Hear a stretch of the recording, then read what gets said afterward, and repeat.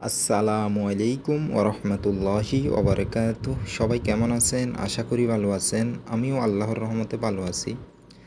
আজকে আপনাদের জন্য যে ভিডিওটি নিয়ে আসলাম, ভিডিওটি হলো জানাজার নামাজ কিভাবে আপনারা পড়াবেন। যদি আপনারা এই ভিডিওটি দেখেন, অবশ্যই আপনারা একদম সহজভাবে জানাজার নামাজ পড়াতে পারবেন সকলে। এর থেকে সহজ ভিডিও আর ইউটিউবে কেউ দিয়েছে কি না আমি জানি না। তো চলুন আর না করি দেরি, ভিডিওটি আমরা শুরু করি। জানাজার নামাজ হচ্ছে ফরজে কেফায়া, অর্থাৎ অনাদায়ে গ্রামের সকলেই গুনাহগার হইবে। অবশ্যই কিছু সংখ্যক লোক নামাজ আদায় করিলেও সকলের ফরজ হইয়া যাইবে, অনুপস্থিত গ্রামবাসী আর গুনাহগার হইবে না। জানাজার নামাজে দুইটি কাজ ফরজ: এক, চারবার আল্লাহু আকবার বলা; দুই, দাঁড়াইয়া জানাজার নামাজ পড়া। জানাজার নামাজে তিনটি কাজ সুন্নত: এক, প্রথম তাকবীরের পর সানা পড়া; দুই, দ্বিতীয় তাকবীরের পর দুরুদ শরীফ পড়া; তিন, তৃতীয় তাকবীরের পর মাইয়াতের জন্য দোয়া করা। জানাজার নামাজ আদায় করিবার নিয়ম: মাইয়াতকে সামনে রাখিয়া ইমাম তার সিনা বক্ষ বরাবর দাঁড়াইবে এবং সকলে নিয়ত করিবে, আমি আল্লাহ পাকের জন্য জানাজার ফরজে কেফায়ের নামাজ আদায় করিতেছি এবং এই মাইয়াতের জন্য দোয়া করিতেছি। এ বলিয়া আল্লাহু আকবার বলবে, নামাজের নেই হাত বাঁধিবে, অতঃপর সানা পড়িবে। সানা প্রত্যেক নামাজের মতো, শুধু একটু বেশ কম আছে। ওয়া তাবারাকা ইসমুকা ওয়া তাআলা জাদ্দুকা ওয়াজাল্লা এটা একটু বাড়তি। সানা সুবহানাকাল্লাহুম্মা ওয়া বিহামদিকা ওয়া তাবারাকা ইসমুকা ওয়া তাআলা জাদ্দুকা ওয়াজাল্লা সানাউকা ওয়া লা ইলাহা গায়রুক। তারপর আল্লাহু আকবার বলে দুরুদ শরীফ পড়বে। দুরুদ শরীফ হলো নামাজের ন্যায়, নামাজের মতো ওই দুরুদ শরীফ।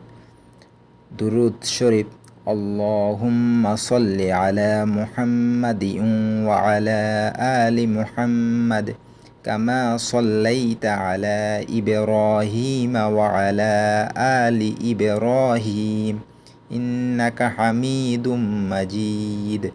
আল্লাহুম্মা বারিক আলা মুহাম্মাদিন ওয়া আলা আলি মুহাম্মাদ কামা বারাকতা আলা ইব্রাহিম ওয়া আলা আলি ইব্রাহিম ইন্নাকা হামিদুম মাজিদ।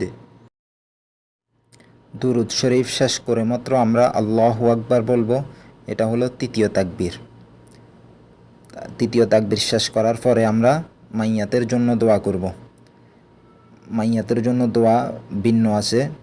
পুরুষ এবং মহিলা যদি সাবালেগ হয় তাহলে এই দোয়াটি পড়ব আমরা। দোয়াটি হলো, আল্লাহুম্মা গফির লি হাইয়িনা ওয়া মাইয়িতিনা ওয়া শাহিদিনা ওয়া গায়িবিনা ওয়া সগীরিনা ওয়া কাবীরিনা ওয়া যাকারিনা ওয়া উনসানা। আল্লাহুম্মা মান আহইয়াইতাহু মিন্না ফাআহইহি আলাল ইসলাম ওয়া মান তাওয়াফাইতাহু মিন্না ফাতাওয়াফাহু আলাল ঈমান। এবং আমরা এই দোয়াটি পড়ার পরে চতুর্থ তাকবীর বলিয়া আল্লাহু আকবার বলিয়া নামাজ শেষ করব। যদি নাবালেগ ছেলে হয় তাহলে দুরূদ শরীফের পরে আমরা এই দোয়াটি পড়ে চতুর্থ তাকবীর বলে নামাজ শেষ করব। নাবালেগ ছেলেদের জন্য এই দোয়াটি পড়ব আমরা। দোয়াটি হলো, আল্লাহুম্মা জাআলহু লানা ফারতান ওয়াজআলহু লানা আজরা ওয়া যুখরান ওয়াজআলহু লানা শাফিআন ওয়া মুশাফফাআ। এই নিয়মগুলো সব একই। যেরকম আমরা সাবালেগ পুরুষ এবং মহিলাদের জন্য দোয়াটি পড়েছি, এভাবে নাবালেগ যদি পুরুষ হয় তাহলে এই দোয়াটি পড়ব, আর নাবালেগ মেয়ে হলে তাহলে আমরা এই দোয়াটি পড়ব। দোয়াটি হলো, আল্লাহুম্মা জাআলহা লানা ফারতা ওয়াজআলহা লানা আজরান ওয়া যুখরা ওয়াজআলহা লানা শাফিআতান ওয়া মুশাফফাআ। বিদ্রোহ জানাজার নামাজে প্রথম তাকবীর ব্যতীত আর কোনো তাকবীরে হাত উঠানো হইবে না।